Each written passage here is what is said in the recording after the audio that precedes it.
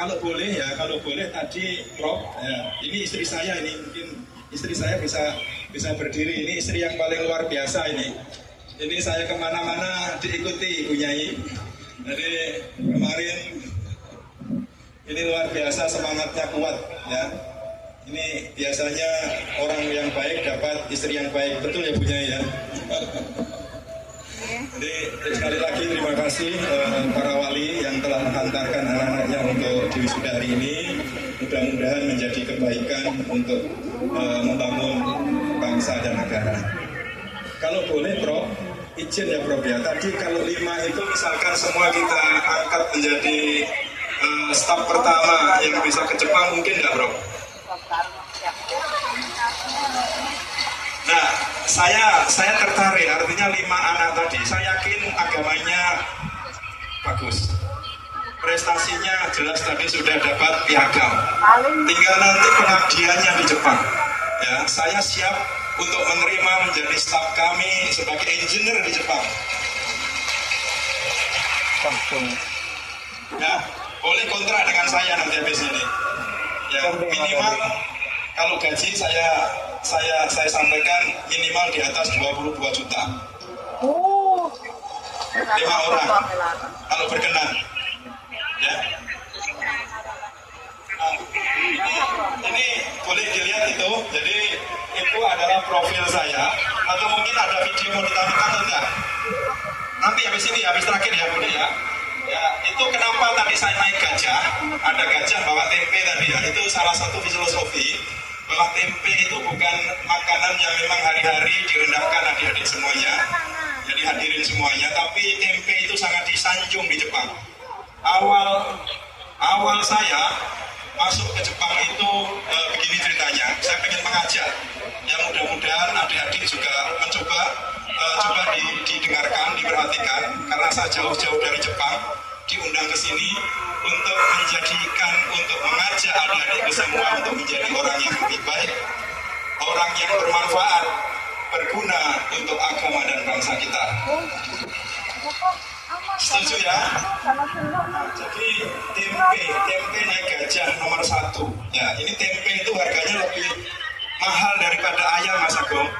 Jadi harga tempe di Jepang, mohon maaf ya yang punya ayam, jadi karena perbandingan saya tempe itu dan ayam. Kalau ayam 1 kilo di sana 45.000, ya ayam ini ya. Tapi kalau tempe di sana bisa 150.000. Oh ya, jadi jangan merasa berkecil hati menjadi juragan tempe. Awalnya saya menjadi juragan tempe itu awalnya, sampai ketemu juragan ayam di Jombang. Ini serius ini, saya akan cerita ini ya. Jadi saya masuk di Jepang, saya cerita dulu ya. Saya masuk di Jepang tahun 2003. Mungkin adik-adik ada yang baru lahir ya. Saya udah tua saya, tapi kelihatannya masih setengah ya. Ya, jadi masuk 2003, terus kemudian ada kesempatan belajar. Saya satu dari Brawijaya, adik-adik. Ya, terus kemudian lanjut di sana. Nah, ketika saya datang pertama kali di Jepang, saya akan cerita kepada adik-adik. Ya, saya melihat banyak diaspora Indonesia yang di sana. Banyak warga Indonesia, maksudnya diaspora itu warga Indonesia yang ada di Jepang. Saat itu ada kurang lebih sekitar 70.000 Pak Prof, 2003 itu. Nah sekarang sudah 200.000 lebih warga Indonesia yang ada di Jepang. Saya tanya, di Jepang, mohon maaf, hampir tidak ada makanan halal di sana. Saya selaku pelaku orang Indonesia, orang Muslim di sana, resah, gelisah, bingung saya. Di mana saya bisa beli ayam halal? Di mana saya bisa beli bumbu halal atau yang lain? Itu hampir tidak ada. Maka sebagai seorang mahasiswa yang baru datang di sana, apa yang saya lakukan? Cerita ya. Mudah-mudahan adik-adik nanti bisa nyusul. Amin. Jadi dengan kondisi yang sangat prihatin 22 tahun yang lalu di Jepang, maka yang paling sederhana saya buat adalah tempe. Itu ketika saya menjadi mahasiswa. Saya tipe orang yang tidak suka bekerja di tempat lain, itu tipe saya. Apapun adalah saya menjadi juragan. Apapun itu. Meskipun nggak ada duit, nggak ada hasil, tapi saya akan menjadi orang yang bisa memberikan suatu nilai. Nilai ini yang berat adik-adik. Maka kita yang tadi baru diwisuda, tentu harus kita pikirkan apa yang menjadi goal kita, apa yang menjadi keinginan kita dan cita-cita kita. Ini harus benar-benar ditanamkan dari sekarang, bukan hanya ditanamkan, tapi harus dilakukan adik-adik. Ya nanti saya kasih tahu bahasa Jepangnya, ya nanti. Jadi pertama kali saya melihat orang Indonesia yang luar biasa banyak di sana, tapi susah untuk makanan halal, ya, maka yang saya lakukan adalah membuat makanan halal dari apa yang saya tidak bisa. Saya tidak bisa buat tempe saya. Saya bukan pengrajin tempe. Ya, tapi karena saya punya ilmu, saya punya cara, maka saya belilah buku cara sederhana membuat tempe. Coba bayangkan, jadi di Jepang sebelum itu memang saya siapkan cara sederhana membuat tempe, saya buat. Tapi ternyata itu nggak sederhana membuat tempe itu. Apalagi di Jepang ada beberapa musim panas, musim dingin, musim semi. Nah, itu membuat tempe saya yang tak buat pertama kali ketika saya mahasiswa itu gagal. Pertama juga gagal, kedua gagal, ketiga gagal. Baru yang kelima kita berhasil membuat tempe ya. Ya Sabtu, Minggu saya libur, saya buat tempe, terus kemudian saya jual ke kawan-kawan. Itu pertama. Bangga saya dapat, waktu itu tak jual 250 yen per 250 gram. Artinya, kalau yen sekarang 110, berarti satu tempe 250 gram, itu harganya sudah 26.000. Ya, terus kemudian, apa langkah berikutnya? Ya, teman-teman request kepada saya, minta kepada saya, Mas, kalau bisa jangan jualan tempe saja, usahakan yang lain. Bingung kita ini. Saya baru datang ke Jepang, tapi yang lain sudah minta request yang lain. Dan tidak tahu kita di mana kita bisa beli, kita bisa mengambil produk-produk halal yang lain. Ternyata ada asli orang Jepang ini Bapak Ibu sekalian, adik-adikku sekalian. Orang Jepang yang tinggalnya provinsinya beda dengan saya tinggal di Nagoya ya, asli saya dari Tuban, tinggal di Nagoya, jarak sekitar 150 kilo itu ada importir orang Jepang yang mengimpor produk dari Thailand dan dari Malaysia. Nah dari situlah adik-adik saya kenalan dengan importir yang kita anggap itu sudah raksasa, yang sudah besar. Saya masih mahasiswa, tapi ada keinginan, ya, ada kekuatan kami, hati kami pengen menjadikan bahwa bisnis saya adalah bisnis yang bermanfaat, mengusahakan makanan-makanan halal. Nah oleh karena itu datang jauh 150 kilo, saya perkenalkan saya mahasiswa di Nagoya, nama saya Teguh Hayudi. Bolehkah saya membeli produk-produk Anda? Saya diterima dengan senang hati, diterima dengan bangga oleh mereka. Silahkan, dozo, arigatou gozaimasu. Terima kasih. Nah, maka apa yang tak beli pertama? Saya beli kecap, saya beli mie instan. Nah dari situ akhirnya yang terjadi apa?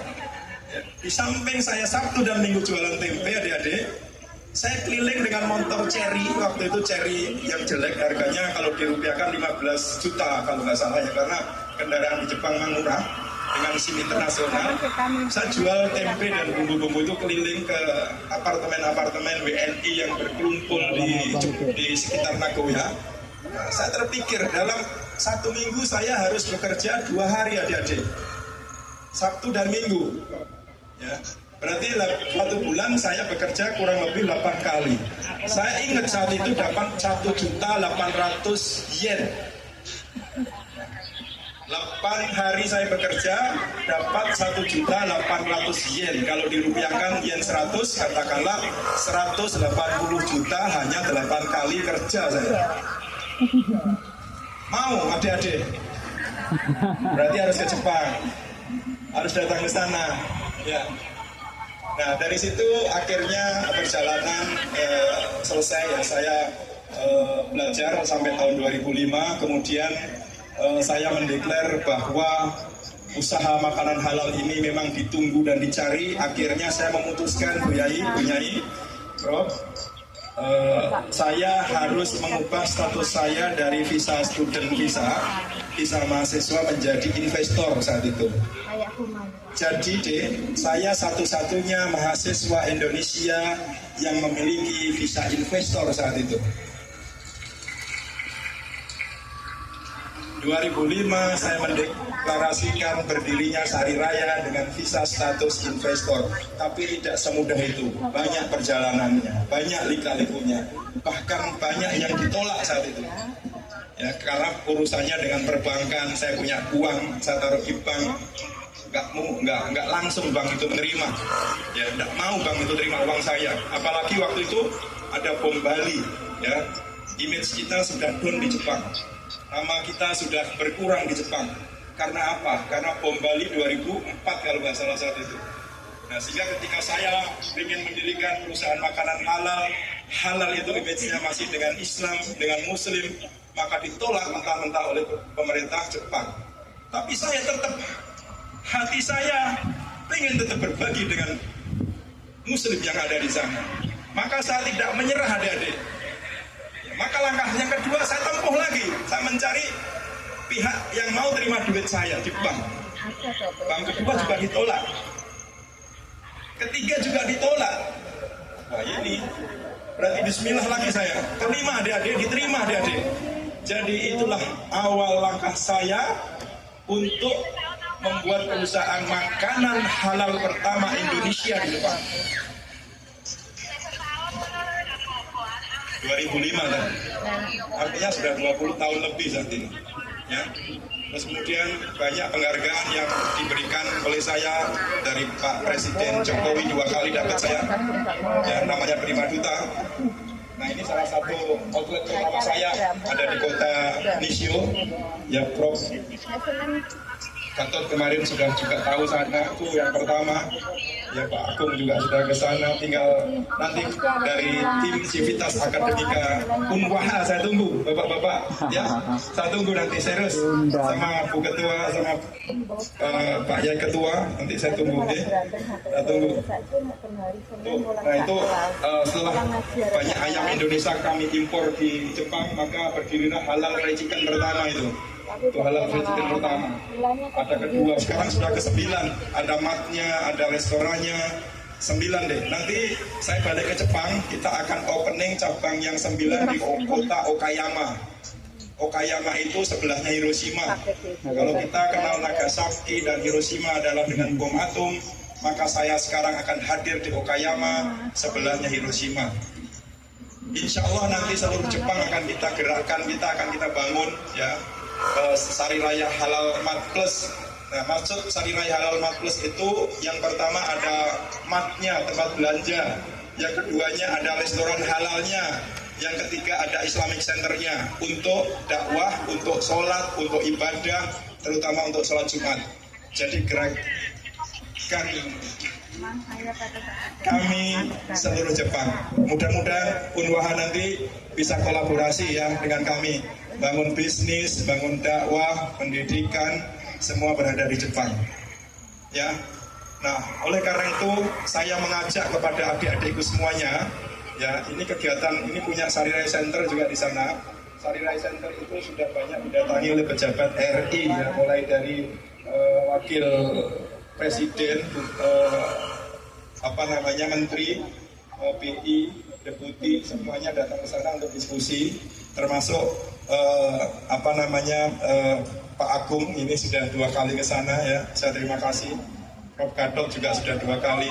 Ya, saya serius dengan mohon nanti Unwa punyai Pak Yai monggo ya, saya tunggu nanti. Nah, saya selalu menampilkan produk-produk halal Indonesia di acara internasional Jepang. Ada pameran-pameran internasional yang pasti selalu ikuti ya, dimanapun ada pameran di Jepang yang berhubungan dengan makanan, minuman, insya Allah saya hadir. Nah, oleh karena itu ya tadi disampaikan oleh Bu Ketua Yayasan bahwa ini bukan langkah pertama deh, ini bukan yang terakhir maksud saya, bukan yang terakhir kita, tapi ini adalah langkah awal kita untuk menjadi insan yang bermanfaat untuk agama dan bangsa kita. Ya, tadi disampaikan oleh Bu Ketua Yayasan, Bu Nyai Hizbiyah, sampaikan tadi bahwa ini bukan adalah jalan terakhir, langkah terakhir, tapi ini adalah jalan awal kita, langkah awal kita untuk menjadi insan yang bermanfaat untuk masyarakat, bangsa, agama, dan negara. Ya, oleh karena itu, saya mengajak kepada adik-adikku semuanya, adik-adik boleh bangga saat ini, boleh senang saat ini, boleh bergembira saat ini. Tapi ingat, tolong ingat, setelah melangkahkan kaki kita keluar dari sini, kita mau kemana? Kita mau kemana nanti? Nikah? Oh, Kamboja? Palestina. Nah ini deh. Jadi 560 wisudawan. Ya. Ini mau kemana nanti? Ya. Mau ke Jepang semua? Ya, jadi kalau mau ke Jepang minimal harus modal. Ya, modal tiket. Nanti tempat tinggal saya siapkan, makan saya kasih. Ya. Tadi saya dengan Pak dosen di belakang, tadi Pak ada nggak tempat pemagangan? Ada di sana. Jadi ada tempat pemagangan, namanya ada istilahnya Tokutegino.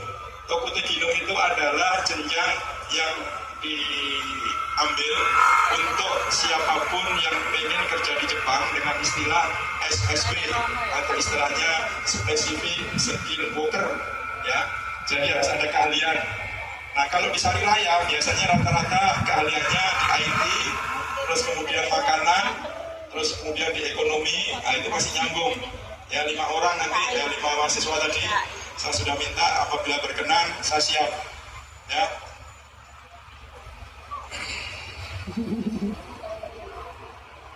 Jadi, ayo kita menjadi lulusan Unwaha yang memberi kontribusi nyata, kontribusi jelas untuk diri kita sendiri, untuk keluarga kita sendiri, untuk masyarakat, bangsa, dan negara kita. Jadi jangan sampai nanti setelah lulus dari sini kita bingung kita mau kemana. Ya, kalau bingung silahkan hubungi kami, hubungi saya. Ya, hubungi saya, nanti saya ada komunikasi dengan media sosial saya, bisa dicatat ya, adik-adik yang suka media sosial, Teguh Sari Raya, nama saya Teguh, bisa ditambah Sari Raya, jadi boleh nanti. Atau dengan istri saya namanya Komang Iriani, dengan Komang Iriani boleh nanti konsultasi ya, gratis, terbuka.